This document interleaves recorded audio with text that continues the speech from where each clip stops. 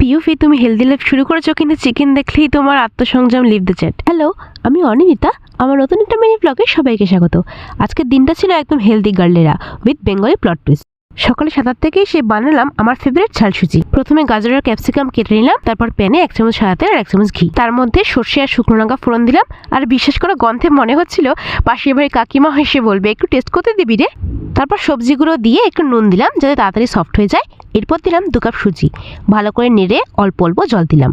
এখানে জলটা কিন্তু বুঝে দিতে হবে, নয়তো হেলদি ব্রেকফাস্ট না হয়ে সায়েন্স এক্সপেরিমেন্ট হয়ে যাবে। বাজার গেলাম, তারপর এসে স্নান করে বুদ্ধদেবকে ফুল জল তুলে পড়তে বসেছিলাম। পড়া শেষ করে লাঞ্চ করলাম। আজ লাঞ্চে ছিল আমার উইকনেস চিকেন। তারপর একটু গল্পের বই পড়ছিলাম, বিকেলে ফল খেলাম। সবকিছু পিসফুল চলছিল। তারপরে এন্ট্রি নিল আমার স্টুডেন্টস, আর সাথে এমন ঝড় উঠলো যেন ওয়েদার ডিপার্টমেন্ট নিজে কনফিউজড। তার উপরে আবার কারেন্ট চলে গেল, মোমবাতির আলোয় পড়ানো, ফোনের চার্জ শেষ, একদম সার্ভাইভাল শো চলছিল বাড়িতে। বৃষ্টি একটু কমার পর ওরাও বাড়ি গেল, আমিও ফোন চার্জে বসালাম। তারপর ডিনার করে ঘুমোতে গেলাম। আর হ্যাঁ, আমি কিন্তু কনসিস্টেন্ট থাকার চেষ্টা করছি।